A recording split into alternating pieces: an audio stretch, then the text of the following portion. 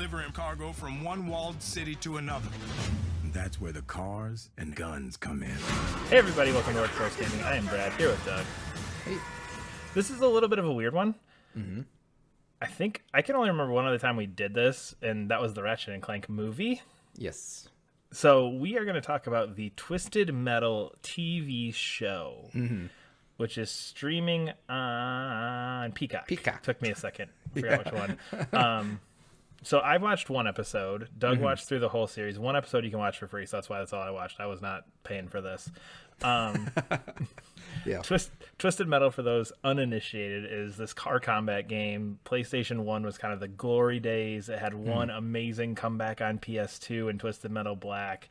Tried again on PS3, and I think it just kind of underperformed. I don't remember why we kind of stopped there. I feel like the game was pretty solid, but I just don't think the interest was there in it. Yeah. So, of course, here we are 10 years later, and we went, no. Car combat games, done. It's time for car combat TV shows. Sure. Or from what I saw, lots of dystopian future TV shows that has a guy driving in it. Yeah. That, which actually made me really nervous when I first started. It's weird because, again, I've only watched the first episode. It has a very interesting tone. Yeah. The hook is okay, but it's been done before. And it doesn't feel like Twisted Metal in any way, shape, or form. That's really funny. Okay, so on all those points. So, okay, the thing that made me really nervous about it was, like, first of all, some of the clip they were showing before this came out was not good. We're not good. They were just bad. Like, out of context, not very bad. Out of context, terrible. Even in context, probably not the best scene to show the thing. Yeah. So, as far as the tone, it's interesting. This it came from the folks who, they say, like, it came from the folks who did Zombieland and Deadpool. Like, that doesn't necessarily mean anything. It came from the writer of Cobra Kai, though. Okay. So it has that sort of, like, sincere cheeseballness, which I kind of like. To me, it's really similar. And then I don't think a lot of people saw the show, but Ash versus the Evil Dead, which was the Evil Dead show. Yep. Which I think it's very similar to. I think a lot of people probably compare it to The Boys, but The Boys, I think, is kind of a meaner show than this. I think this is like, I think there's a lot of times like, let's have fun in the apocalypse, and like, it never works for me. I think the original Zombieland, it kind of worked for me, but that's it. But that was like one of the first, like, that was like the first big one where it's like, zombies can be fun. I feel like that was kind of the beginning of that trend. Yes, and I feel like the reason Zombieland works and why this one works is that there's like a sincerity to it. Yes. It's not like the apocalypse is silly and then that's the show. It's like the apocalypse is silly. How do we make characters who work within the silliness and can still be characters? You can still care for them. You can still create situations that are like, you're like, oh no, I'm actually genuinely worried about this character. So it does that really well. So it's like this kind of like dark comedy, splashy, gross, really fun thing, which I actually think it works really, really well with Twisted Metal. Twisted Metal's gone through like a few different, let's say, tone changes. Like 1 and 2 was kind of like a horror comic booky sort of thing. 3 and 4 was just not that great. Black. Moving on. Yeah, Black was like it's hard to tell if it was being tongue-in-cheek or not, or just trying to be super dark. Yeah. But it is really, really dark. And I think 2012 came out with this like really nice sort of like, it's dark like Twisted Metal Black, but it's definitely got like a real nice cheesiness to it that's pulling from some of the original games. And I feel like this is in line with that.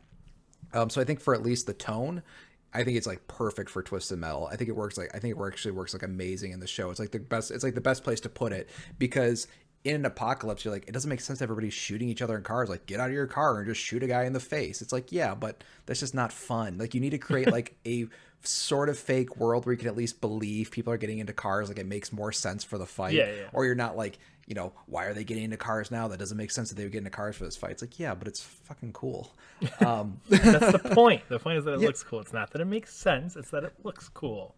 No, exactly. Suspension of reality here. Suspension of reality, suspension of disbelief, and the tone really meets that, and it like so it really works with the tone. The other thing I was really worried about is exactly what you said, which is like, hey, this doesn't feel like Twisted Metal. So really quick before we jump into that, I think it is important to note what the story of this is. That's exactly what I was going to do. Because the story is basically like the Judge Dredd apocalyptic, like we are a city state and we put walls around the city and everything in the Outlands is bad and everybody out there is criminals. Like there's lots of that walled off city stuff and a lot of apocalyptic, very towards the end of society stuff. Yes. And then basically Anthony Mackie, who is John Doe, is a milkman who goes and delivers goods from city to city in these horrible, bad, freewheeling outworld lands. Yes. Am I on the right track there? That's what that's from the first episode.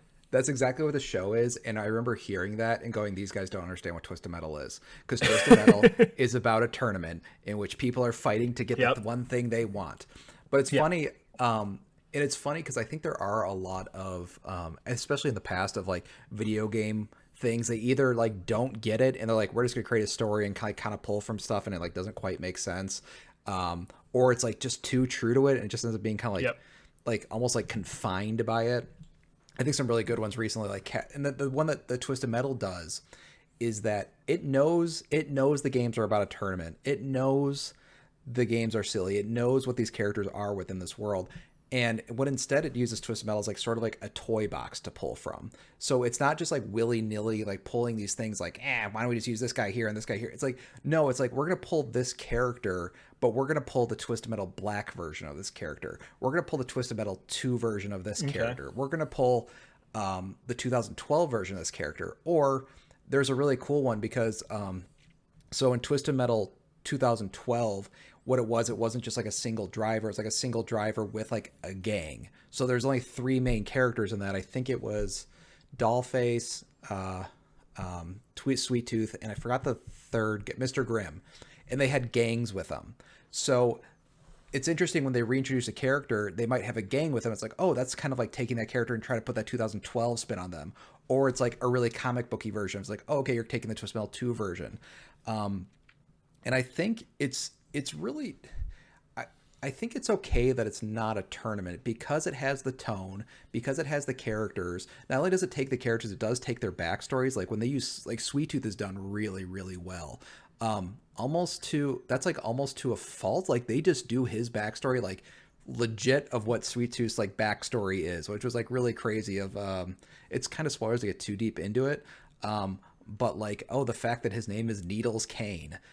Which is not a lot of things that, like people know. Like they'll do like weird deep cuts into people's storylines, like John Doe. Once you figure out who John Doe, the character he is, it's like, oh, that guy.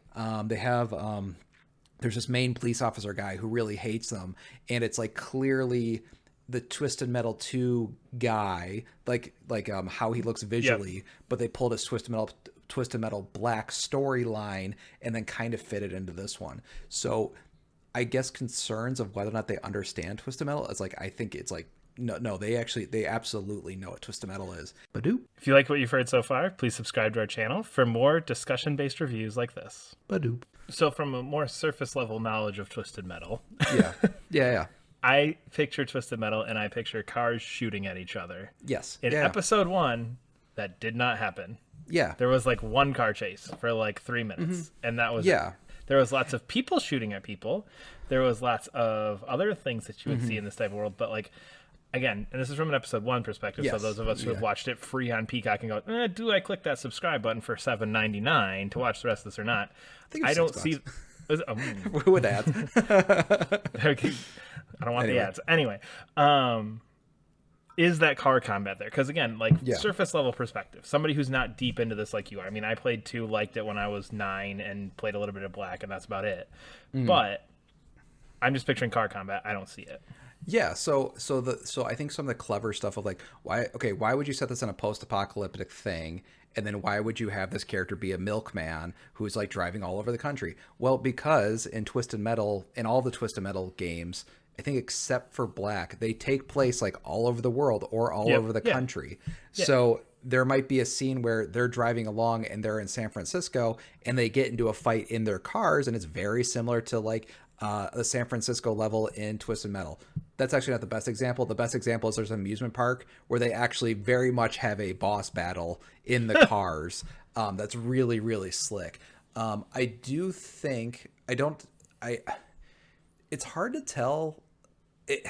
they do a lot of good car combat stuff. So I mean, it's not like the show is lacking that. It's just 10 episodes long, and not every episode has like a cool car combat sequence. But there is like a cool boss battle one here. There's like 2 or 3 different. I think the opening for sure. Are you kidding me? The opening is crazy where they're driving that's through the the only mall one I'm and thinking. stuff. That's the only one I'm thinking Yes. is the mall. Other than that, I think that's Yeah. like I think there's one other part where like the cop chases down Mirabelle. Can't remember the actress's name. Oh yeah, yes. But she's in the pink hearse, right? Which is Yeah. yes, and it's cool how they kind of mix her character in because that's like a Twisted Metal 2 character. Yeah.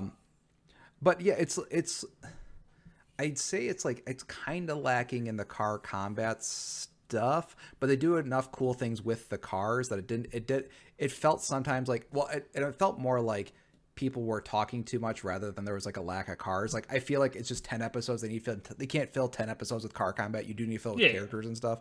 And sometimes you're with a character maybe you don't care about.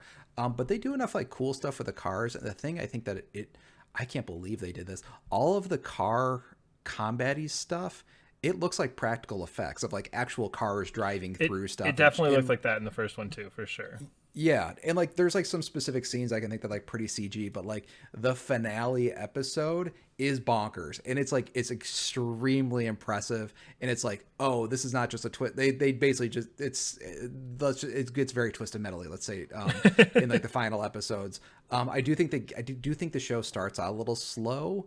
And then like the last few episodes, like if you really want your like deep Twisted Metal and you want your car combat-y stuff, that comes near the end. But there's enough cool stuff in the middle. And the thing that's funny is like I felt like a Marvel fan for the first time of like oh, that guy. It's that guy. And it's funny because like that means they're gonna. Yeah, exactly. And especially how they there's a character named Darkseid who is the semi truck, and how they play with the semi trucks in the show is really, really cool. But it is funny, like just like a single reference or something like, well, this get me like really excited for like the rest of the episode. So it's like hard for me to tell, like, because I'll watch Marvel movies, like I feel nothing. I just feel nothing the entire time. Yeah. And then for this one, it's just like even just like a small reference to the character, a small reference to here. When the show was done, I watched one of these videos, like, okay, show me all of the references sort of thing. And like I realized like, oh, I got like 90% of these things. The only ones I didn't get were the ones that are very specifically for Twisted Metal 3 because I didn't play that one. But it is really cool that they are like willing to pull from everything. And I do think it felt like, I mean the tone's right for Twisted Metal. It feels like a Twisted Metal. It's doing cool deep cut stuff with Twisted Metal. Mm-hmm. It really I felt very giddy, like to see like this, like these characters on screen, in a way I think I don't feel with other stuff seeing on screen. And maybe it's just I haven't seen Twisted Metal in so long, and it really did feel like by the end it's like I want to play Twisted Metal so bad. It sucks that you could like there's clearly a Twisted Metal game that's supposed to be out around now.